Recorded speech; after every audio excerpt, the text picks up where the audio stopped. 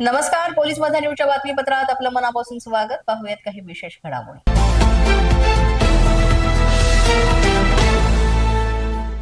हिंगोली जिल्ह्यातील वसमत नगर परिषदेसाठी आज मतदान प्रक्रियेला सकाळपासूनच सुरुवात झाली. वसमत शहराजवळील तब्बल 72 मतदान केंद्रांवर मतदान सुरू होतं आणि मतदान केंद्रावर मतदारांची मोठी गर्दीही पाहायला मिळाली. कोणताही अनुचित प्रकार घडू नये यासाठी पोलीस प्रशासनाकडून कडक बंदोबस्त ठेवण्यात आला होता.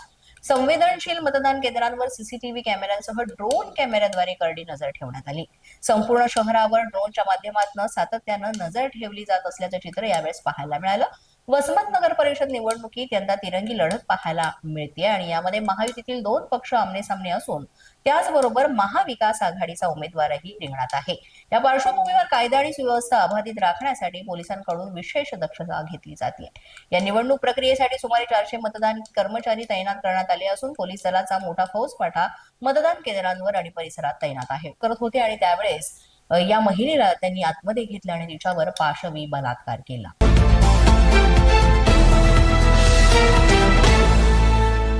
मुंबईच्या घाटकोपर मधून एक धक्कादायक घटना समोर आली आहे. भाजप आमदार पराग शहा यांनी एका रिक्षा चालकाला कानशिलात लगावल्याचा प्रकार उघडकीस आलाय आणि याचा व्हिडिओ सध्या सोशल मीडियावर प्रचंड व्हायरल होतोय.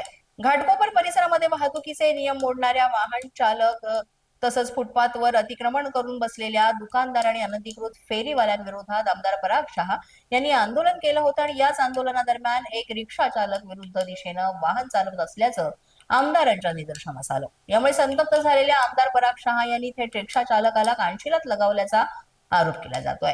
रिक्षा चालकानं नियम मोडले असले तरीही लोकप्रतिनिधींना कायदा हातात घेण्याचा अधिकार आहे का, असा प्रश्न सध्या स्थानिक नागरिक आणि विरोधकांकडून उपस्थित केला जातोय.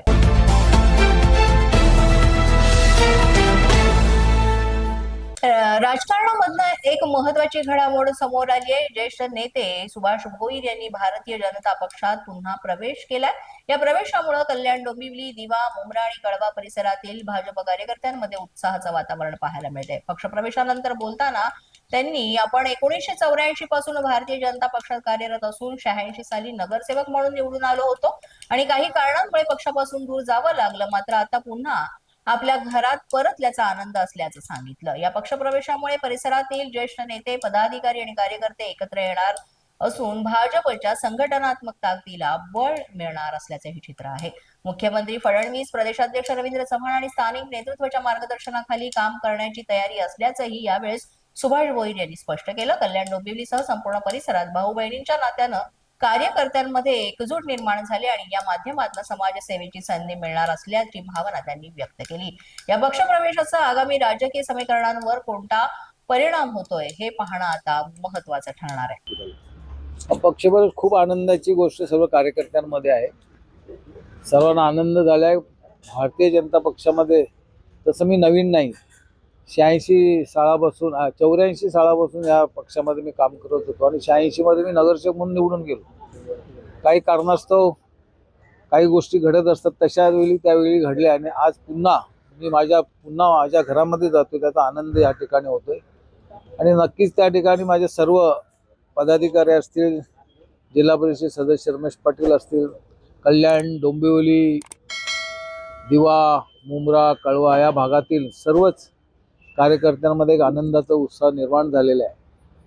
आणि जेव्हा महाराष्ट्राचं नेतृत्व, मजबूत नेतृत्व, विकासाचं नेतृत्व असं देवेंद्र फडणवीस यांची गणना केली जाते, त्या माध्यमातून त्यांच्या आणि डॅशिंग महाराष्ट्र राज्याचे पक्षप्रमुख, प्रदेशाध्यक्ष रवींद्र चव्हाण यांच्या नेतृत्वाखाली काम करताना, नाईक साहेबांच्या नेतृत्वाखाली काम करणार अशा अनेक कथुरे साहेब आहेत, कपिल पाटील आहेत, संजय केळकर आहेत, निरंजन, हे सर्वच जण या ठिकाणी भक्कम पाठीशी उभे राहणार आहेत. त्यामुळे या ठिकाणी काम करायला एक वेगळा आनंद कार्यकर्त्यांमध्ये निर्माण होणार, मला मिळणार आहे.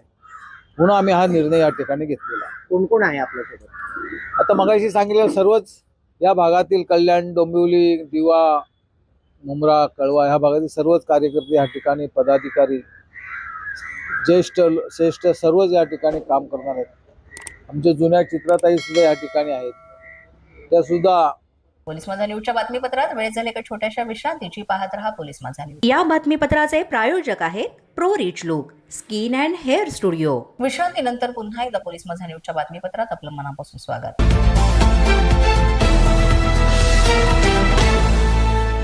नागपूर जिल्ह्यातील बुटेबोरी MIDC परिसरातून एक अंगावर काटा आणणारी दुर्घटना समोर आली आहे. काम सुरू असताना भीषण स्फोटासारख्या आवाजात पाण्याची भली मोठी टाकी फुटली आणि काही क्षणातच संपूर्ण परिसरात पाण्याचा महापूर आला. या दुर्घटनेमध्ये 20 ते 25 कामगार थेट पाण्याच्या लोंढ्यात सापडले. प्रचंड वेगानं आलेल्या पाण्यामुळे कामगार अक्षरशः खेळण्यासारखे फेकले गेले. लोखंडी सळ्या, सिमेंटचे तुकडे आणि यंत्रसामग्री ही दूरवर विखुरली गेली.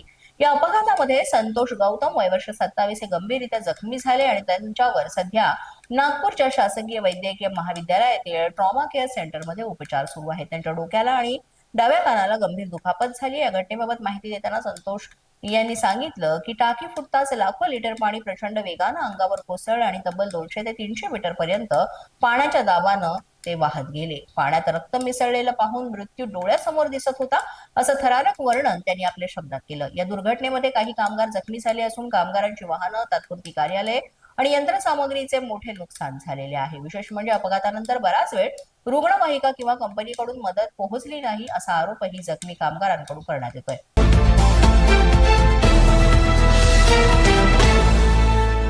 मध्यरात्री भर रस्त्यात तडीपार गुंडाचा वाढदिवस साजरा करून वाहतूक अडवल्याचा धक्कादायक प्रकार पुणे जिल्ह्यात उघडकीस आला. या प्रकरणी तडीपार गुंडासह 13 जणांना अटक करण्यात आली असून 3 आरोपी अंधाराचा फायदा घेऊन यामधनं फरार झालेली आहे. ही घटना 18 डिसेंबर रोजी मध्यरात्री पुणे जिल्ह्यातील लोणी काळभोर पोलीस ठाण्याच्या हद्दीत घडली. पोलीस सूत्रांनी दिलेल्या माहितीनुसार राज रवींद्र पवार हा लोणी काळभोर पोलीस ठाण्याच्या रोडवरील अट्टल गुन्हेगार आहे. त्याच्यावर गंभीर स्वरूपाचे अनेक गुन्हे सुद्धा दाखल असून कायदा आणि सुव्यवस्थेचा प्रश्न निर्माण झाल्यानं त्याला पुणे शहर, पिंपरी चिंचवड आणि पुणे जिल्ह्यातून 2 वर्षांसाठी तडीपार करण्यात आलाय.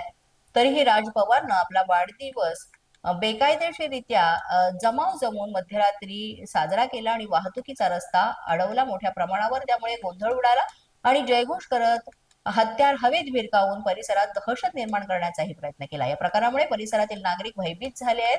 या घटनेची माहिती मिळताच लोणी काळभोर पोलिसांनी तात्काळ कारवाई करत 13 जणांना ताब्यात घेतलं. या प्रकरणात एकूण 16 जणांविरोधात गुन्हा दाखल करण्यात आलेला आहे आणि याचा अधिक तपास सुरू आहे. पोलीस माझा न्यूजच्या बातमीपत्रात आज इतकंच. तुम्हाला आमचं बातमीपत्र कसं वाटतंय याबाबत अवश्य अभिप्राय कळवा. यासाठी पोलीस माझा न्यूजचं YouTube चॅनल सबस्क्राईब करा. तसंच आमचं फेसबुक, इंस्टाग्राम आणि ट्विटर अकाउंट फॉलो करा. अधिक माहितीसाठी आमच्या www.policemazanews.com या वेबसाईटला भेट द्या. आमचे अधिकृत प्रतिनिधी व्हायचं असेल तर स्क्रीनवर दिलेल्या क्रमांकांवर आजच संपर्क